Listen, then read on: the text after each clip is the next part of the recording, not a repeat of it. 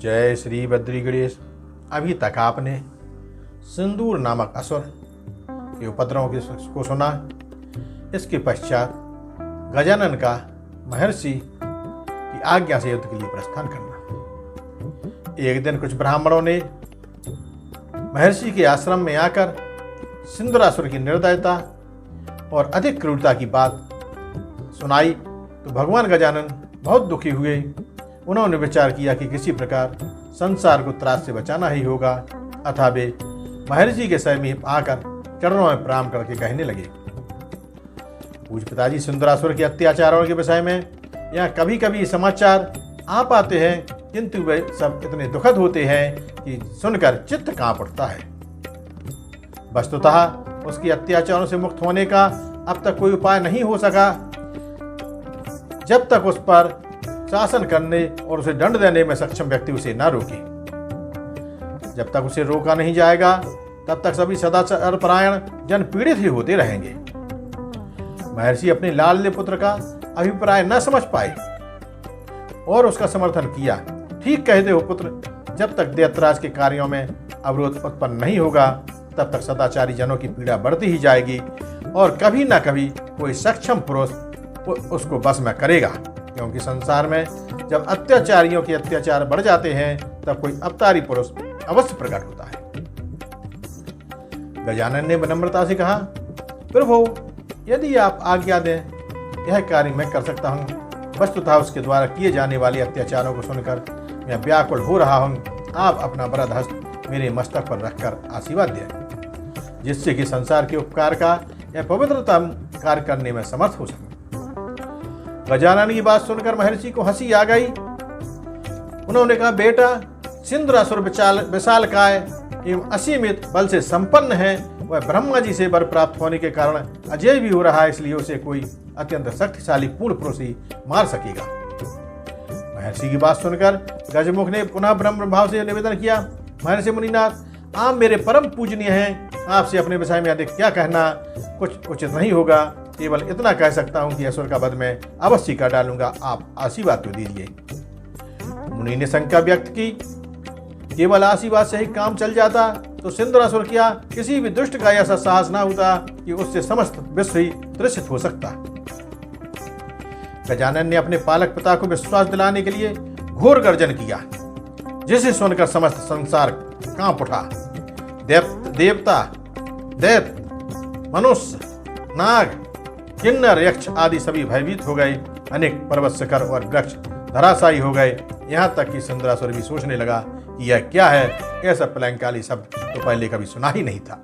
गजानन ने हाथ जोड़कर पुनः निवेदन किया, ऋषि श्रेष्ठ, मेरा प्राकट ही सिंदूरासुर एवं उसके साथी दैत्यों को मारकर पृथ्वी का भार हल्का करने के लिए होगा है। मैं अवश्य ही उस राक्षस राज को मारकर ऋषि मुनियों का हित साधन करूंगा। वह मेरे हाथों अवश्य मारा जाएगा। केवल आपकी आज्ञा और आशीर्वाद के इसका संबल मेरे साथ रहने से यह कार्य सहज ही संपन्न हो जाएगा। महर्षि को विश्वास हो गया। फिर उन्हें ज्ञात हुआ, अरे यह तो पूर्ण परमात्मा है, इनकी शंका कैसी। मैं मोहवश इनके कार्य में व्यर्थ ही ध्यान डाल रहा हूं। फिर उन्होंने गजानन को हृदय से लगाया, उनके मस्तक पर वरद हस्त रखते हुए शुभकामना व्यक्त की, पुत्र, भगवान शंकर तुम्हें विजय प्राप्त करावें। मेरा आशीर्वाद है कि राक्षस राज सिंदूर को मारने में तुम्हें सफलता प्राप्त हो।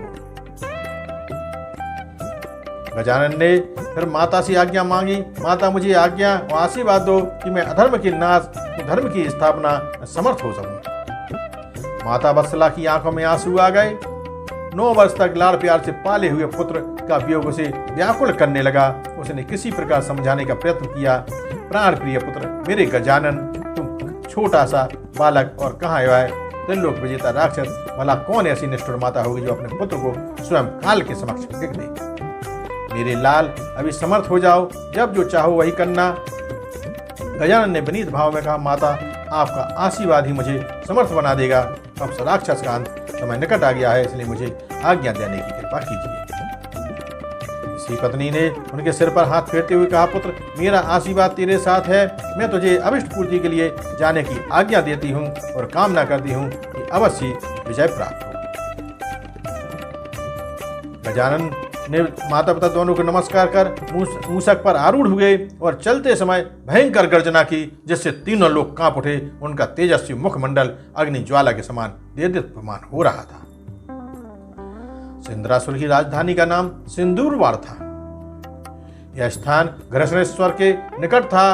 राक्षस राज वहीं रहता हुआ तीनों लोकों पर शासन कर रहा था। गजानन पराशर आश्रम से वायु वेग से चलते हुए सिंदूरवाड़ के उत्तर की ओर आकर सिंह गर्जना करने लगे, जिसके फलस्वरूप भूकंप सा आ गया।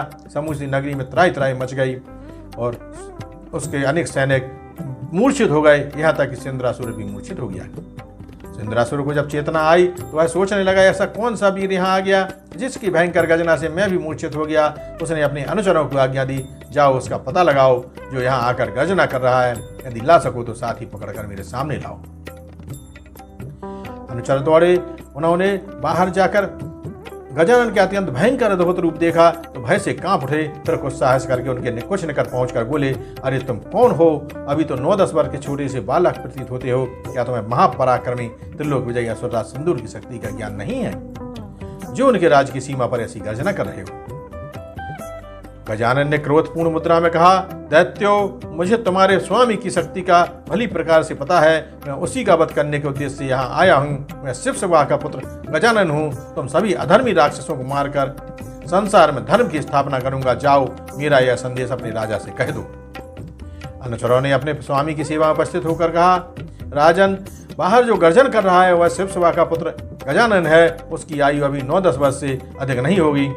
हाँ, वही आप जैसे महाबली से युद्ध करने, दैत्य वंश का नाश करने और मुनियों की रक्षा के लिए ही यहाँ आ गया है। हमें आश्चर्य है कि मच्छर के समान मूर्ख बालक आप जैसे अद्वितीय वीर के समक्ष कैसे टिकेगा।